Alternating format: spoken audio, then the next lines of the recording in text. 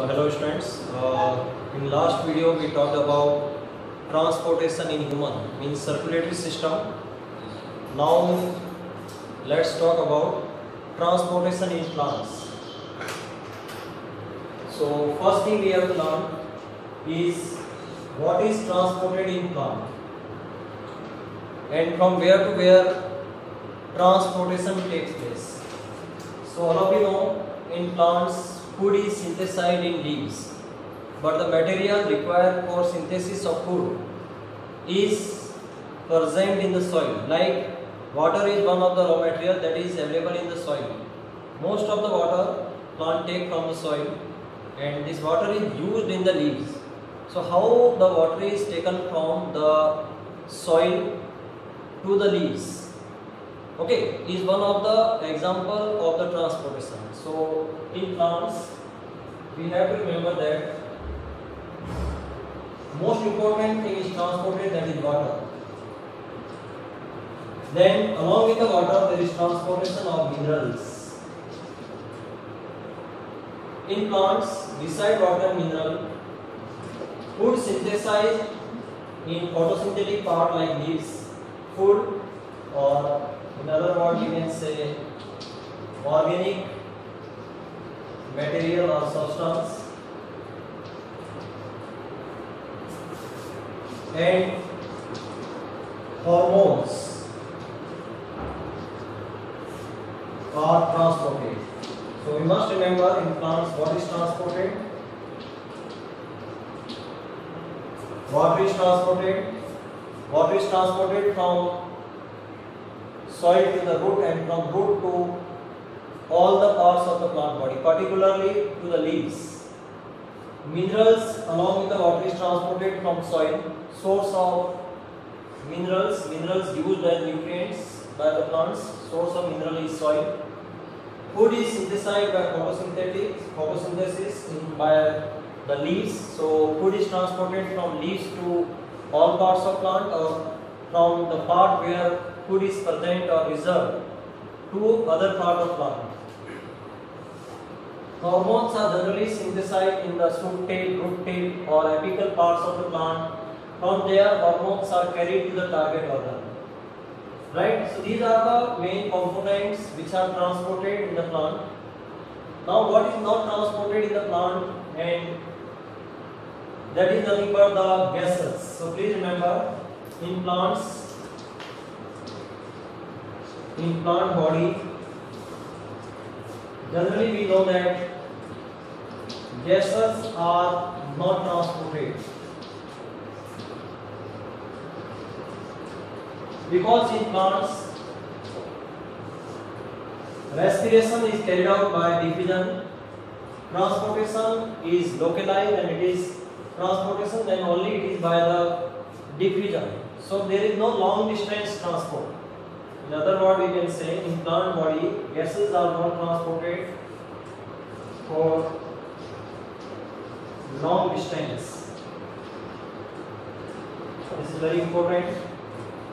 Gases are diffused in nearby cells. So all of us know that plant take gases, or exchange of gases is carried out through the stomata, tiny pores, and from the stomata gases are diffused into neighbor cells. Similarly, in the stem there are presence of pores, 90 cells, and these gases taken inside by diffusion are diffused to the nearby cells. So respiration is localized. Okay, there is no transportation of gases in plants like us. We have respiratory pigment hemoglobin, and we transport gases from a long distance. Now let's see how these substances are transported. So for transportation, mainly in plant there are two pathways. So in other words we say pathways of transport. Pathways. So plant have two pathways. One is called xylem pathway, and another one is called phloem pathway. So all of us know we have studied about xylem and phloem in class 9, and we know that these are the transportation tissue, these are the vascular tissue. The vascular tissue in plant is consist of xylem and phloem. Xylem pathway helping transportation of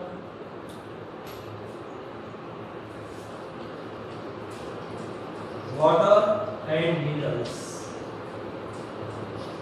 Phloem transport helping transportation of food and hormones, or in other words we can say food means other form of organic substances.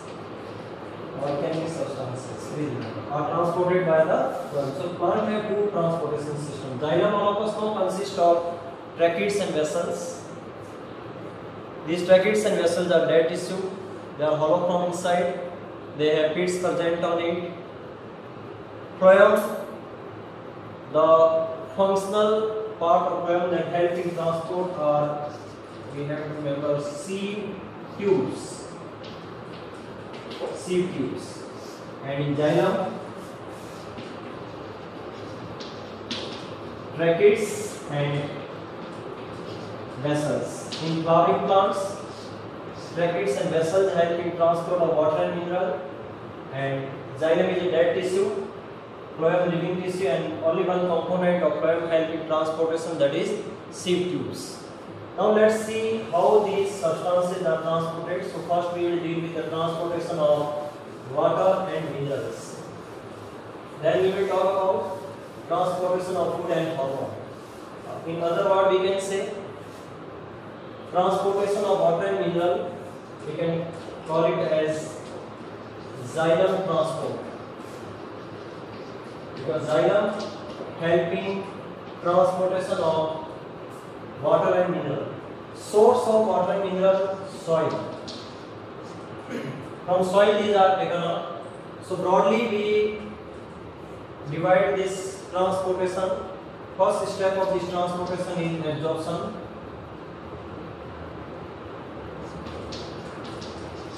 Absorption of water and minerals. This is a very important point. Once it is absorbed,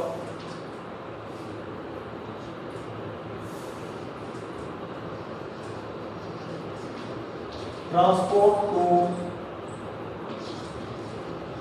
leaves. So under two headings we will study, that is also known as ascent of set, or this is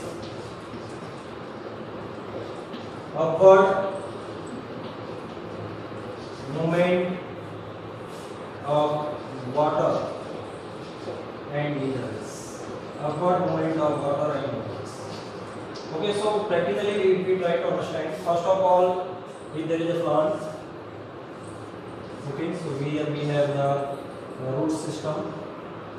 So from root, first of all, water is absorbed. Once it is absorbed, it reaches to the root xylem, and from root xylem it to be transported to the upper parts of the plant, right?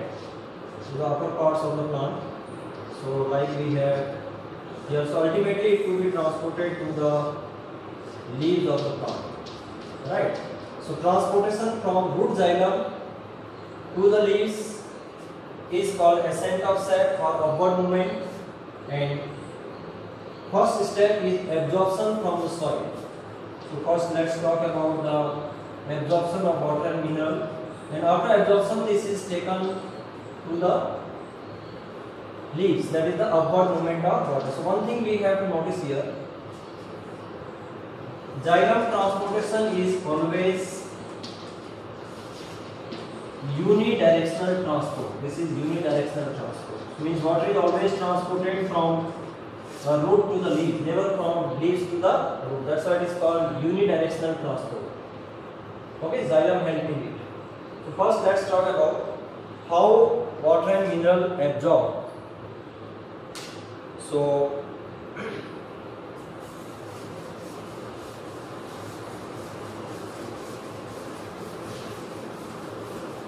please remember, in absorption of water, there we have, so if you look into the surface of a root or epidermal cell of the leaf, some of the epidermal cell of root all of us know modified into these are called root hairs. So root hairs play key role in transportation, absorption. So root hair, okay, these are modified epidermal cell. These root hair are unicellular. These root hair increase surface area at very large scale. So root hair is the structure that help in absorption of water. Right? So site of absorption, root, in the root particularly root hair. Root hair are large in number. Root hair are the structure which increase the surface area. These are the living cells, and these help in absorption of water and mineral. So root hair absorb water by simple osmosis because these are living cells.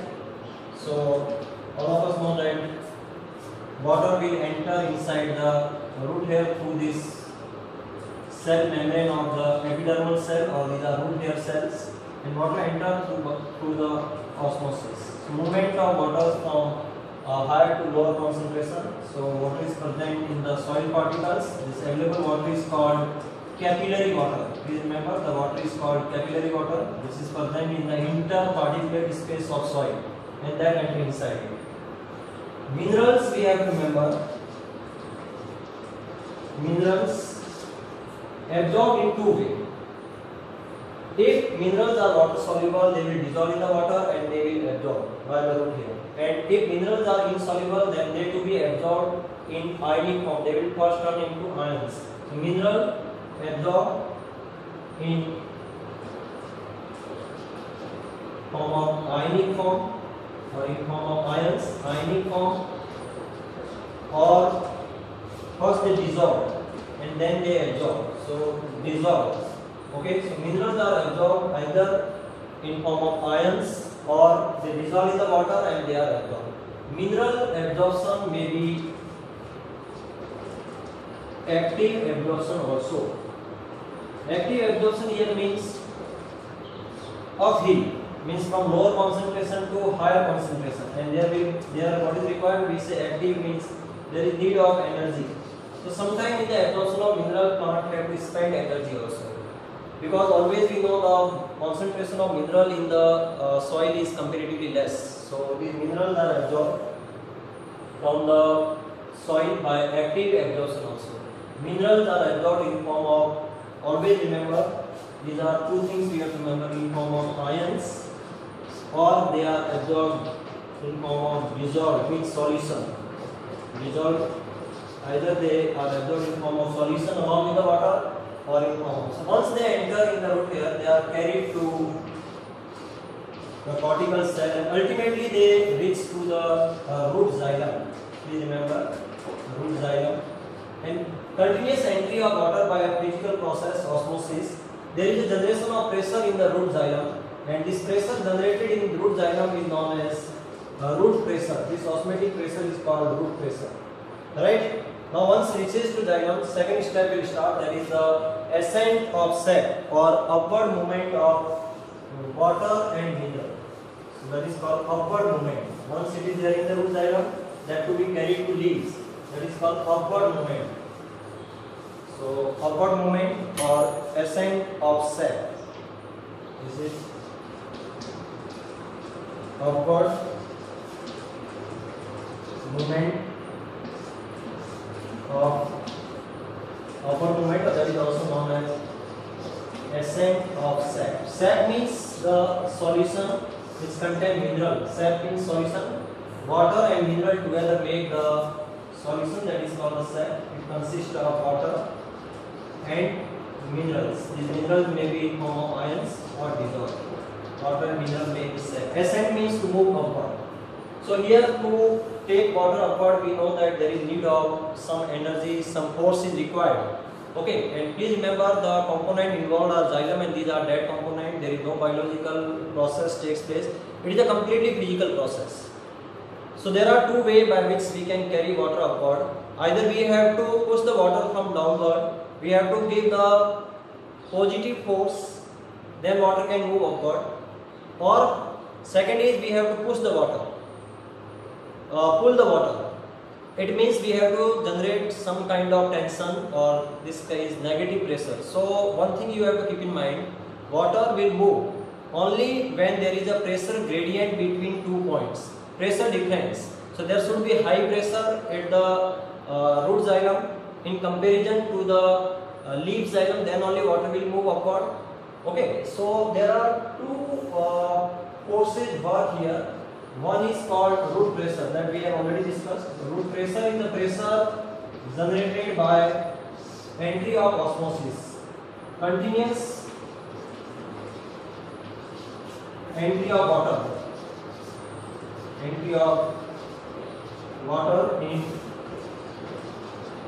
root xylem.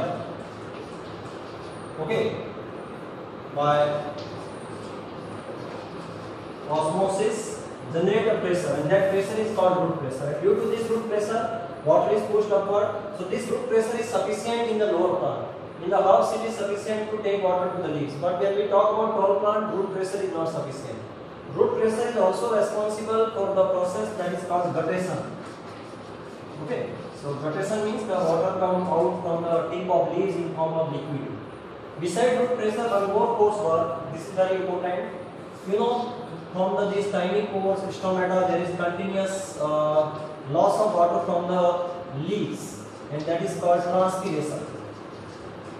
The loss of water from stomata in form of water vapor is called transpiration. Due to transpiration, there is a generation of tension, pulling force, kind of negative pressure, and due to that, this cumulative force can help the movement of this column of water upward, and that is called transpiration pull. We use the term transpiration pull for this. So please remember, that is called second force. First one is this one. Second one is transpiration pull. That is called transpiration pull. So transpiration pull is by process of transpiration, and this is a negative pressure or negative force, or in other words you can say this is a suction force. Suction force means this, simply it, like when we put a straw in the glass filled with the water or some juice and we suck it, what happens? Automatically it moves. So sucking force or negative pressure, okay, lead to movement of column of water upward, and ultimately it reaches to the leaves. So here please remember two very important things: root pressure push the water, and transpiration pull the water. Beside that, there are certain adaptations in the xylem. Xylem are dead, hollow from inside. They are having very high affinity with the water. So there is a cohesive and adhesive force also. Cohesive means the intermolecular force between the surface and the water molecule. So there is a great affinity there between the water molecule and the xylem elements lining, and there is also intermolecular force present in the water molecule is also high, that is called adhesive force. All these forces together help the movement of water upward. So this is all about xylem transport. Transpiration plays a very important role. Transpiration is very important force. There is no need of expenditure of any energy or ATP in the upward movement of water. This is carried out by the physical forces. Okay, so let's now talk quickly about the transport of food and water by the phloem. All of us know phloem is living component. In the phloem, please remember, most important thing is sieve tubes. Sieve tubes is the component of phloem that help in upward movement of water. So this is called phloem transport. Phloem transport, or also known as translocation. This is called translocation because food and hormones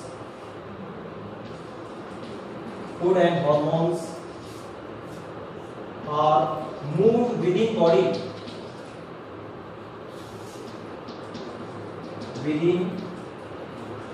body of plant. This is very important.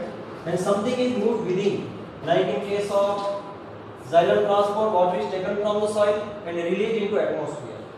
So there we generally use word transportation. Translocation means some molecules are moved within body. Then we can say molecules are translocated. So food and hormone are generally translocated because food is synthesized in the leaves and it is carried to the part where it to be used and part where it to be stored. Right? So component involved is seed tube. Companion cell help in only regulation of the work of seed tubes. These are living cells. These have protoplasm inside it. They are present throughout the plant. Now, food and hormone are transported generally from, we use this very important concept, source to sink. Source are leaves. Why source are leaves? Because leaves are photosynthetic part. Photosynthetic part are source. Sink is the part where the food is utilized for the growth, development, utilized or stored. Two things we have to remember, either food is utilized or stored. So generally food moves from source to sink. And this movement is bidirectional movement. Because sink also can become source sometime. When there is shedding of leaves, there is no leaves present on the plant on the leaves there, on the plants, then what will happen? Food will move from stored part to the leaves. If we remove all the leaves from the plant, there is no photosynthetic part, so reserve food present in the stem or root will move in the opposite direction. So please remember, food can move from in any direction. Okay, it depends on where it is required in the plant body, where it is utilized and where it is stored. So please remember, phloem transport is bidirectional. And here also for transportation, there is a pressure gradient, there is a pressure difference. Okay, pressure difference is very important in transportation in phloem also. So here a concept we use, like in xylem we know root pressure and transpiration flow.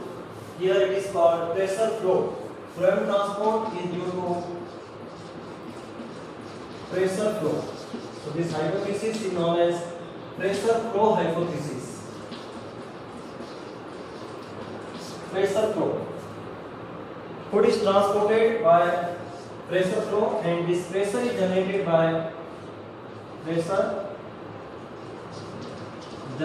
by loading of sugar. Sugar is produced by photosynthesis.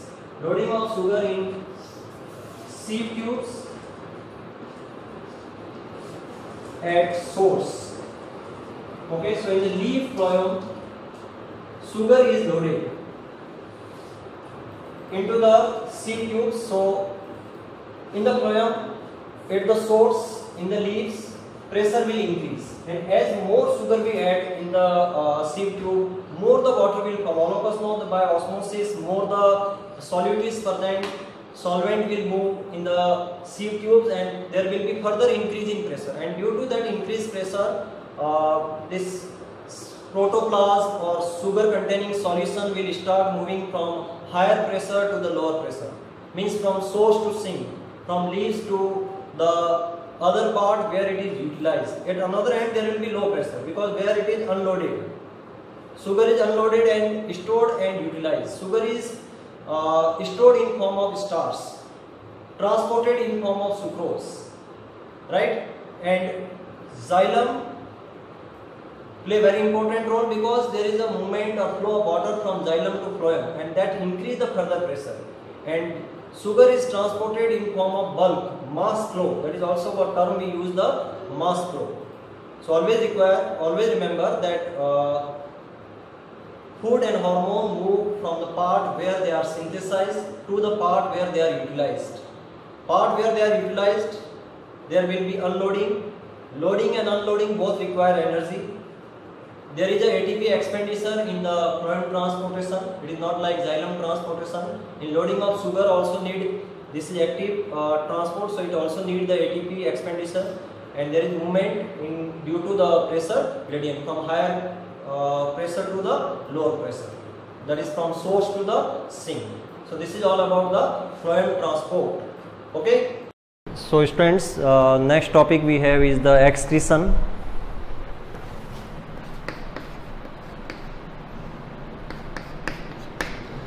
So when we talk about excretion, we must know that during different metabolic processes in our body,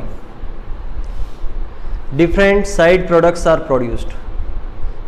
Different wasteful products are generated during all kind of biochemical reactions or metabolic reactions which takes place in our body. One example we take, like respiration is a metabolic process, and during respiration carbon dioxide is generated.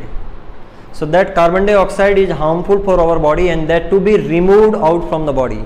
So this removal of metabolic wastage is called excretion. Please remember. So we can define excretion as removal of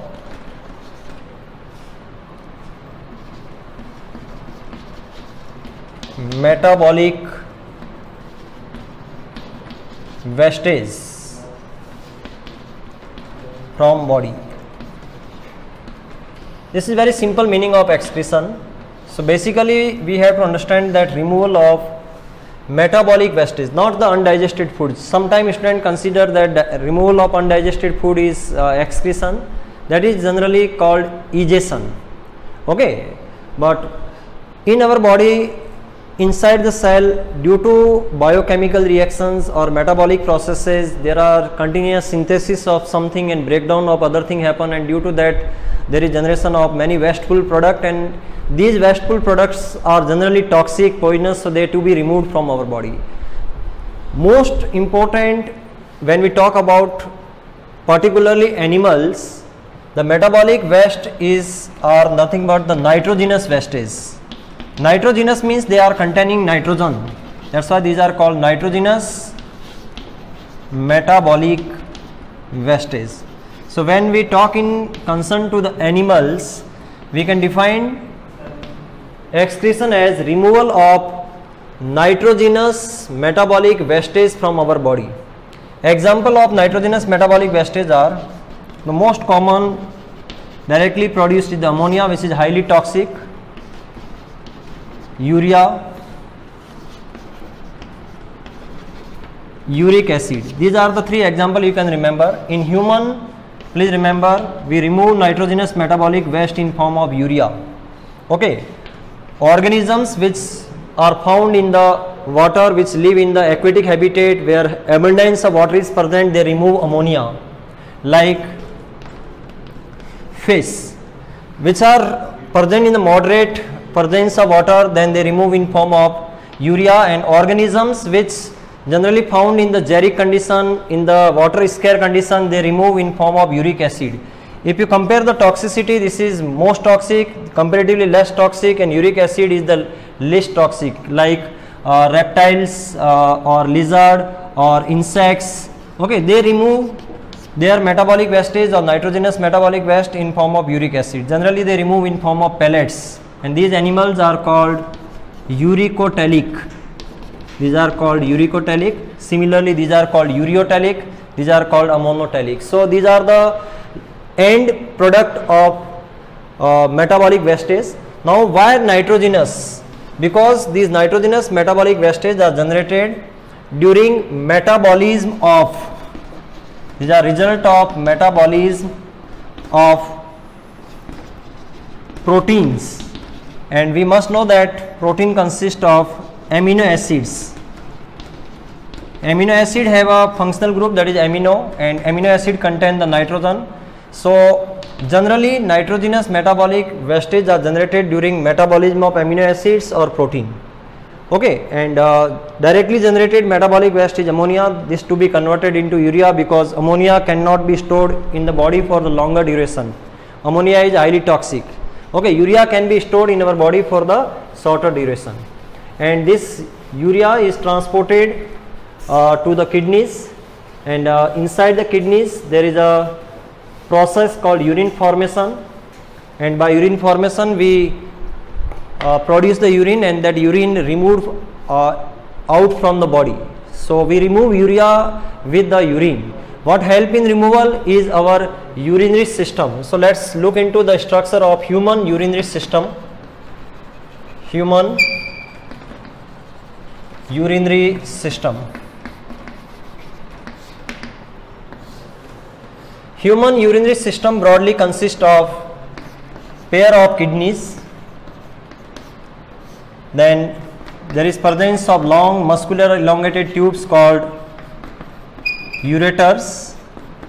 Muscular bag where urine is stored is called urinary bladder. And last we have to remember, that is the passage from which urine is removed is called urethra. So there are four major parts are there of our excretory system. Let's see the diagram of urinary system. So we have to draw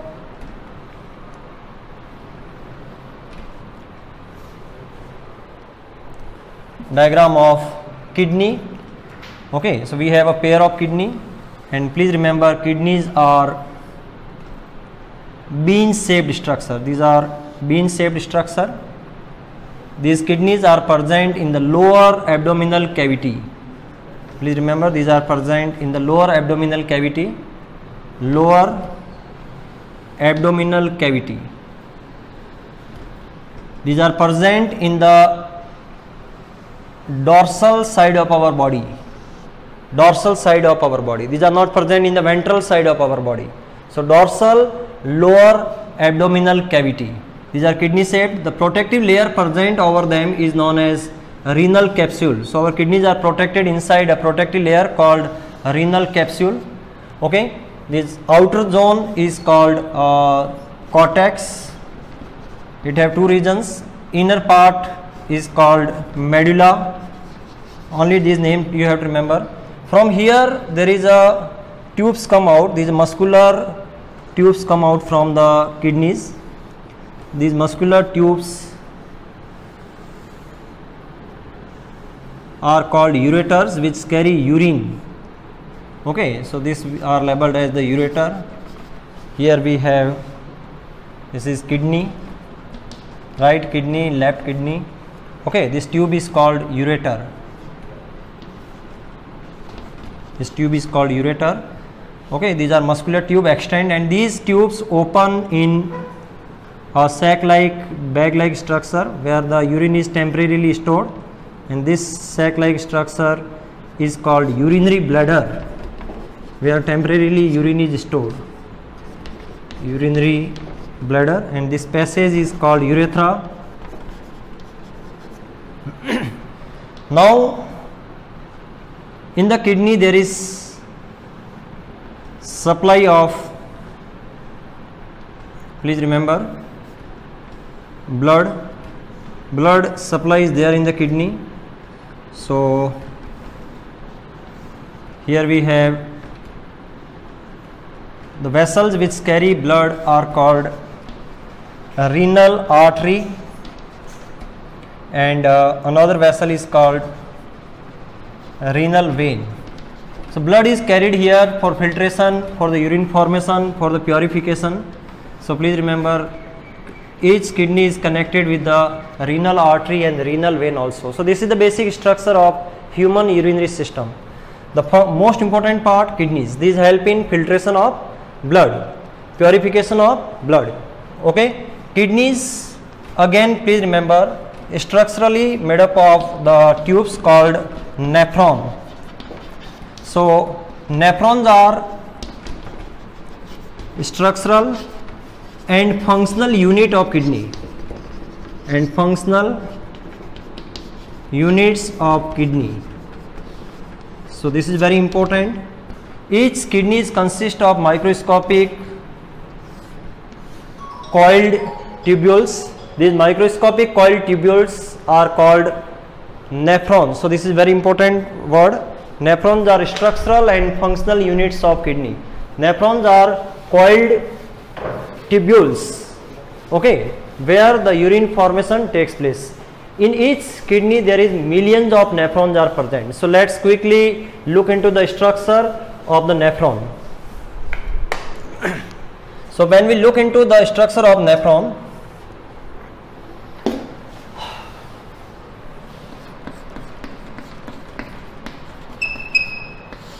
nephron, as I mentioned, this is structural and functional unit of kidney. These are coiled tubules.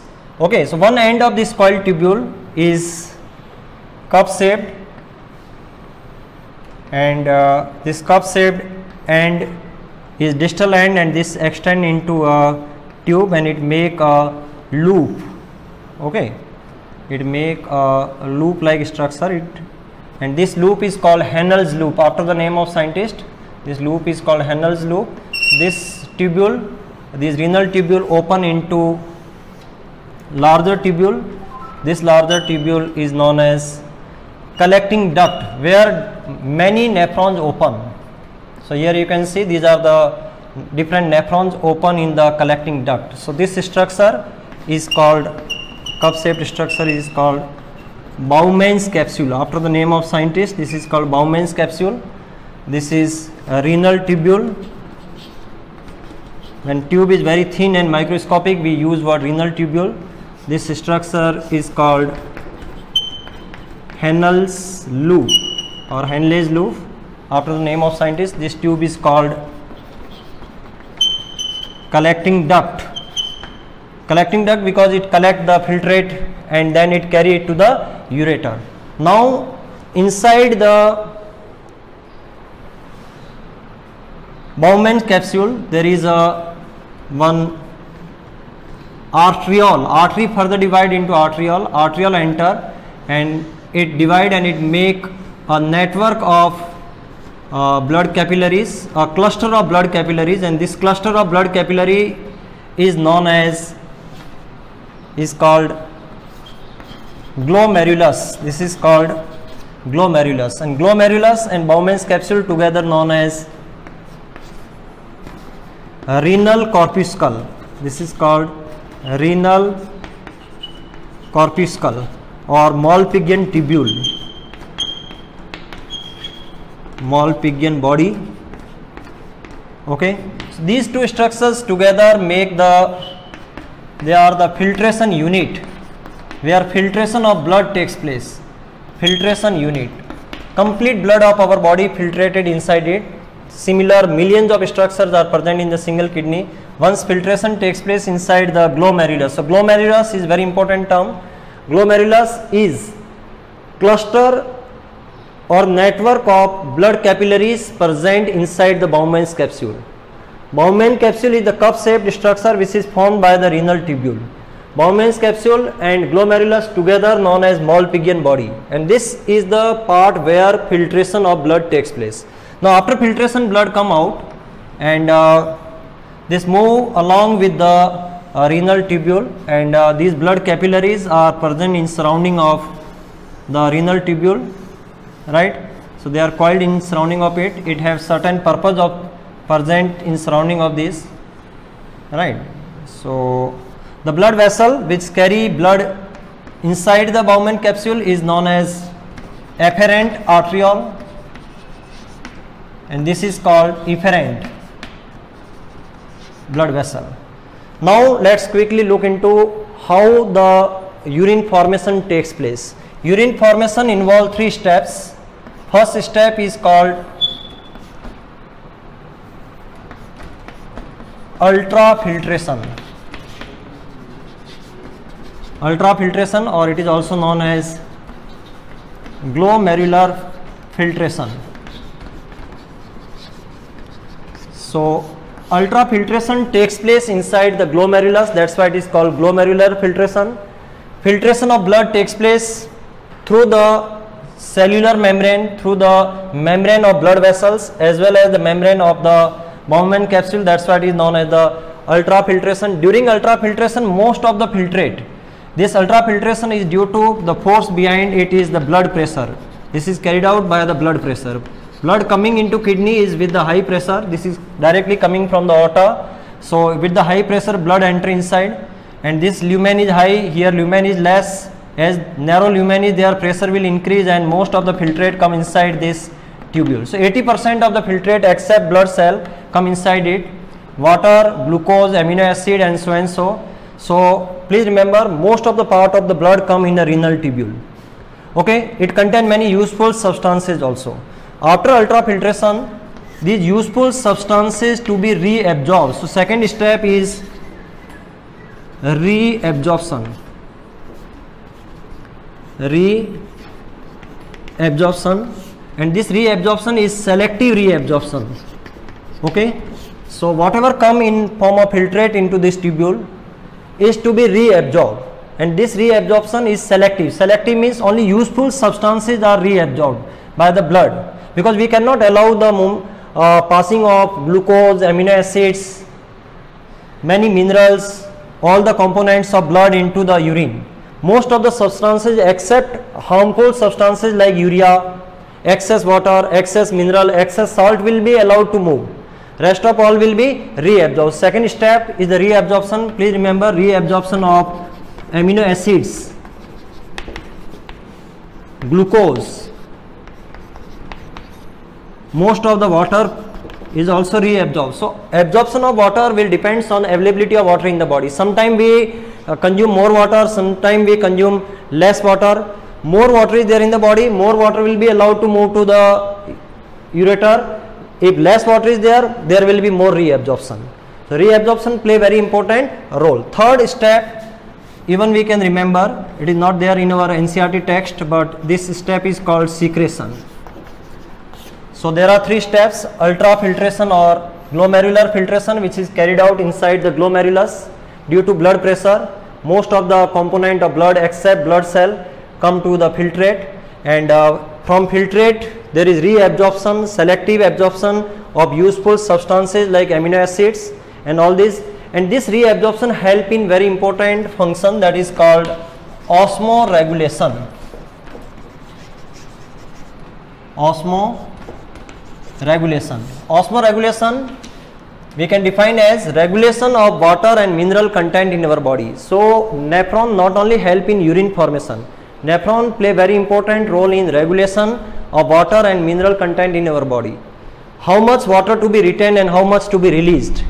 Okay, how much salt to be reabsorbed, how much to be released with the urine is also regulated and carried out by the nephron.